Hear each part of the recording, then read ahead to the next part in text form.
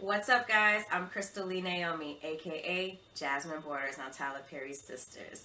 Be sure to subscribe to the Haves and the Have-Nots review for not only reviews on the Haves and the Have-Nots, but also on Sistas. And while you're at it, give your girl a follow on Instagram at Crystal Lee Naomi. And I'll see you every Wednesday at night, only on BET. All right, Sisters fans, tonight is the night. We got the back half of season 2 airing on BET in a couple of hours. I'm trying to rush to get some videos done before the show comes back, but I was doing a live stream yesterday. It feels like I did it today, but it was really yesterday. My sleep pattern has been all over the place. Long story short, the question that somebody asked me is, no, actually, yeah, they asked me, but they also put out their opinion. I've had mixed feelings about season 2 so far. Jeremy, what do you think about it? Like, do you like season 1 or season 2 better? Now, before going forward, make sure you like the video, hit subscribe, click the bell notification icon and select all. That way you don't miss out whenever I post new content to the channel. And follow me on social media. Links are in the description below.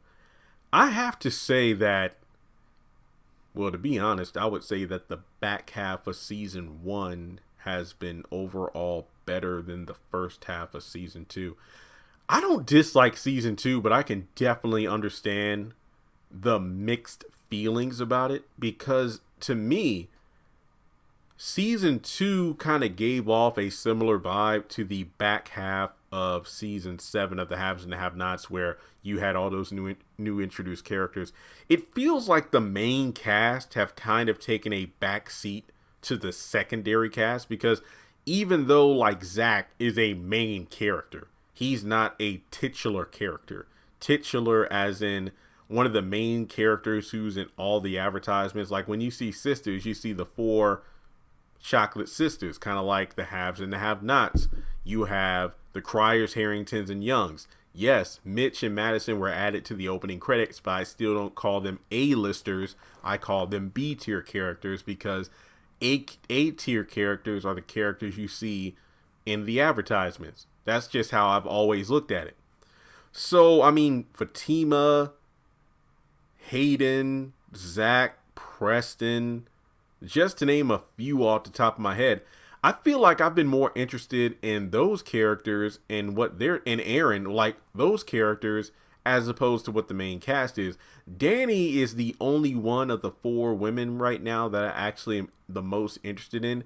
Andy has been insufferable. I feel like Andy has just not come off looking good. Okay, she looks amazing. You know what I mean?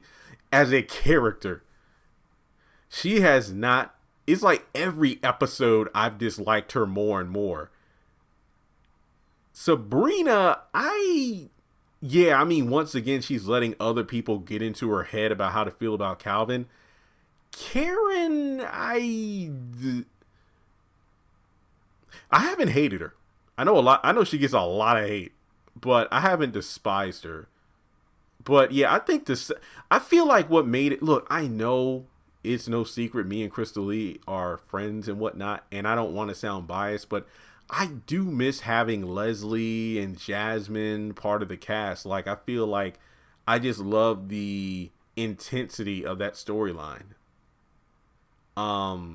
So I would say that season 1 as a whole, I enjoyed watching that more than the first half of season 2, even though I really do like season 2 so far. Like, again, Fatima being bumped up to a series regular was a great move. Same with Preston. I love those characters. So it's been an interesting ride through season 2, which is impressive because remember, I forget that this show, season was filmed during the pandemic. Remember, this was the first Tyler Perry production in the midst of the pandemic.